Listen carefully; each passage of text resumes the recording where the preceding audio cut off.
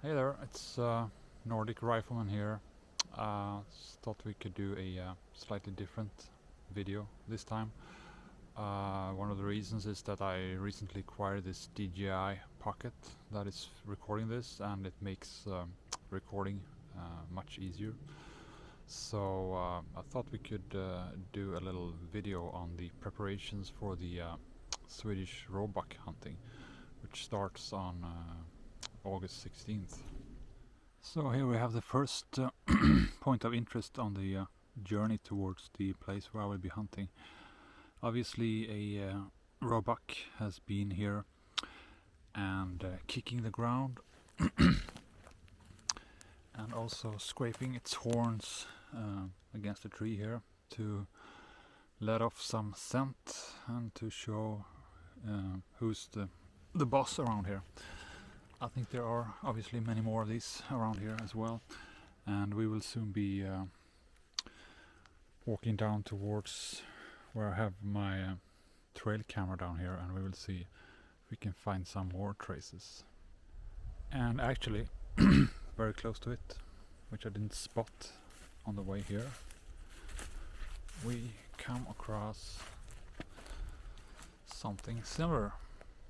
So there is a lot of action in this area right now, which I've also seen on the trail camera I have down here. In the last week or so, the number of photos have increased quite a lot, with particularly one Roebuck that hopefully I can have a meeting with him on August 16th. So here's the trail camera, and it's basically covering like an intersection of trails here, so it's quite easy to find this spot, and imagine that there will be some traffic here, which there certainly is. So we have seen roe deer here, fox, badgers, wild pig, moose, and marten. And in the last week the intensity of roe deer has increased quite a bit. So a lot of traces from wild boar around here, and they have this is their haven basically, because we've never managed to shoot a single wild boar in this piece of land as far as I know. So they are having a quite good life here, fairly undisturbed, and that's always nice, I guess.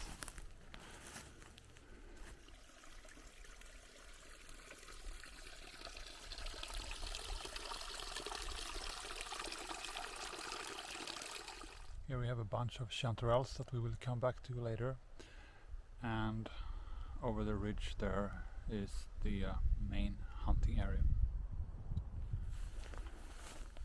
So this is the main area for finding roebucks.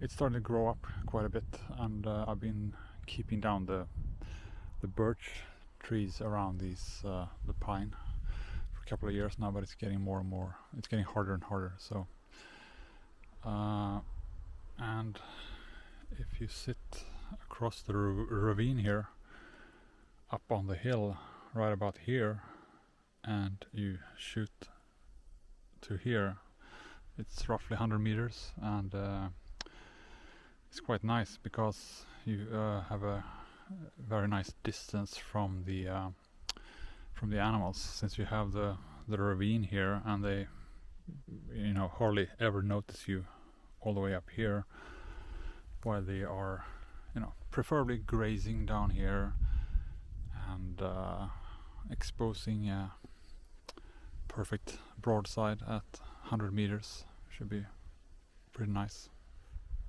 Also, it seems to be a really good blueberry year.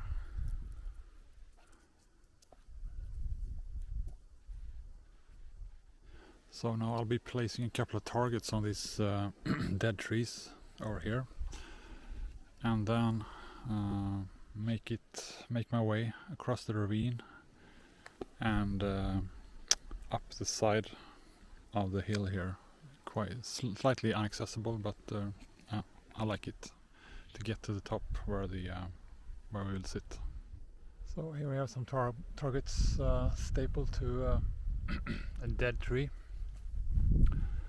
and try to avoid hitting any of these plants here that are getting more and more expensive, of course.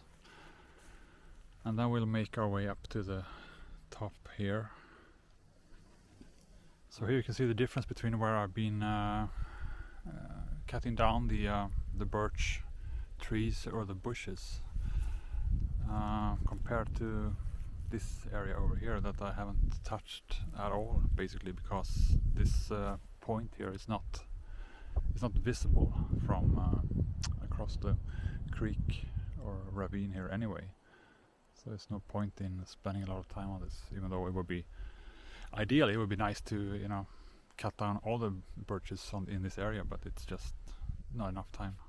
It is really a fascinating piece of land here.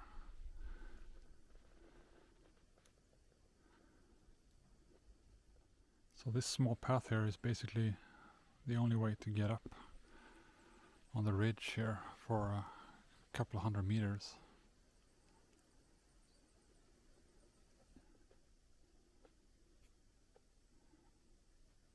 It's a really well used trail, and basically the only way to get up and down this ridge for quite some distance here. So I used to have the trail camera mounted on this tree here and pointed in his direction, and that was really good placement. I got a lot of images of many different types of animals walking up and down here. So I cleared a small trail here a couple of months ago, a very small and very discreet trail, but it should make it possible to almost travel here silently in the early morning, even for me and my 103 kilos of pure muscle. So now we're at the top of this really cool place, and there is some area of interest in this direction. Actually, I shot the buck last year, just over here on that small piece of rock there at 110 meters. But normally this area on the other side of the ravine is the main interest for me. This is where we came from. Then we went down here to put up the targets. So this is basically the kind of the small window of opportunity we have for taking a buck here. There are also a few areas over here, but I haven't really paid so much attention to clearing the birches over here. As you can see, there is a good drop here of about, I don't know, 5-6 meters straight down from this rock here. So it's a quite nice place to hunt from, because you don't have to build any tower or anything of that nature. You can just use this nice creation.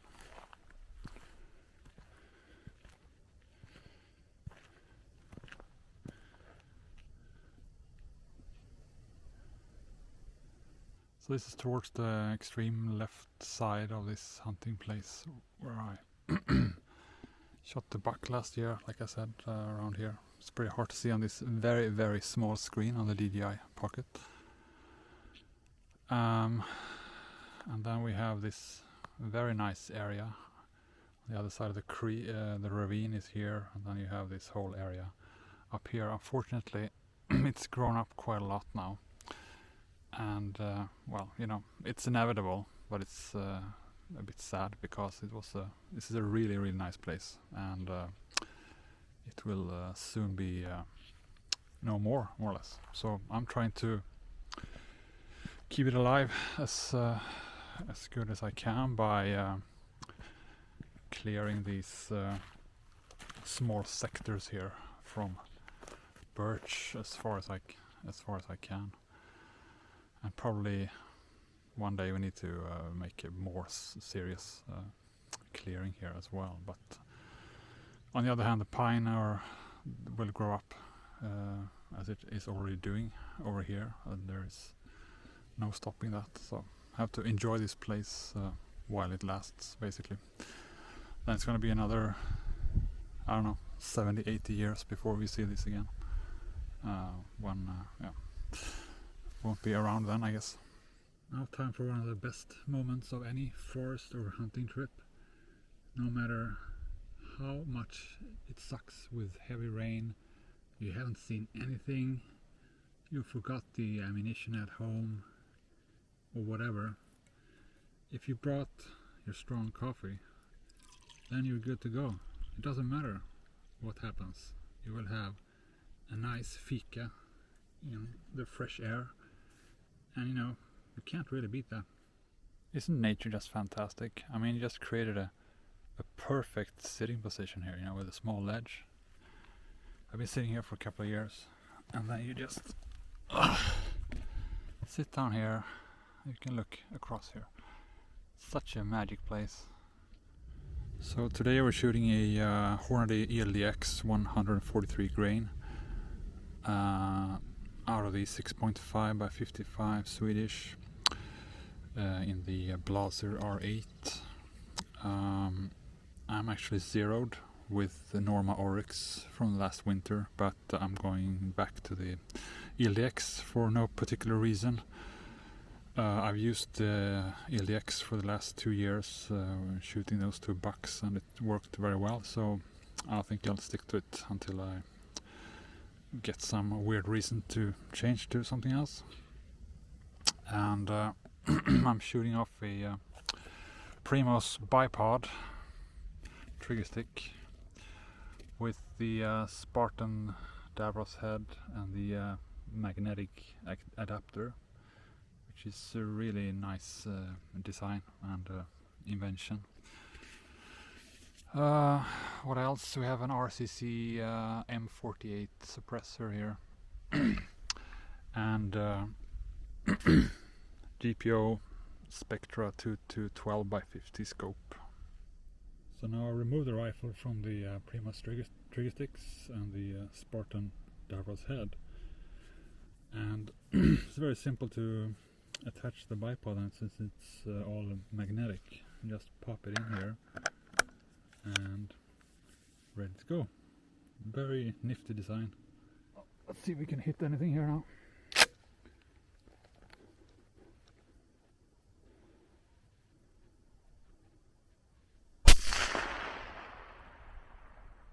Yeah, there we go. Exactly.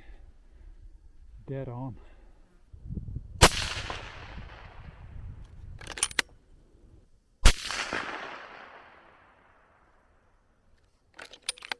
As I'm talking about. It's just a good day to be alive, Just this isn't bad. Just too few of these days, fortunately. I didn't mention the mount here. It's actually, this is an inner mount.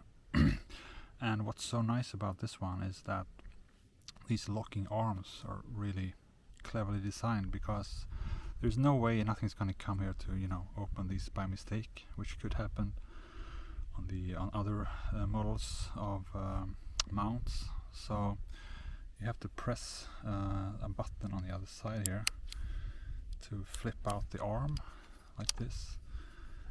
Then you release it, and let's see here. It's not so easy to film with one hand, but you have a little button here that you press in to push this one out on the other side, and then like so, and it's really solid. So I definitely recommend this. So you push on the other side, it just flips out like this and secures really well. So again, the suppressor is an RCC M48. It's a modular suppressor, so you can build it as you wish with modules here. So I have a few 6.5 millimeter modules on mine. It's a very well made suppressor, very good craftsmanship, I would say. And also Roger, who owns RCC, is a really nice guy, so I like to support him whenever I can. I've had RCC suppressors for more than 10 years now, and I don't see any reason for changing. I've tested Stalon and ASE and so on also, and I mean they're all good suppressors, but for me I think RCC is the way to go, especially thanks to Roger, who's a really service-minded and very nice guy. So there you have the suppressor.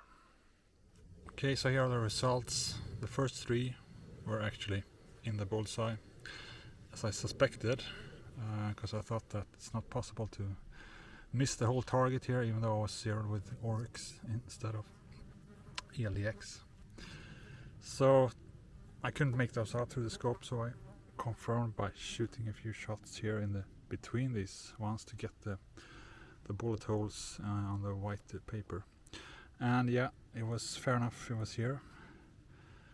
And then I ended by shooting another 3 shots seated with the trigger stick, and those landed like this. That's pretty decent.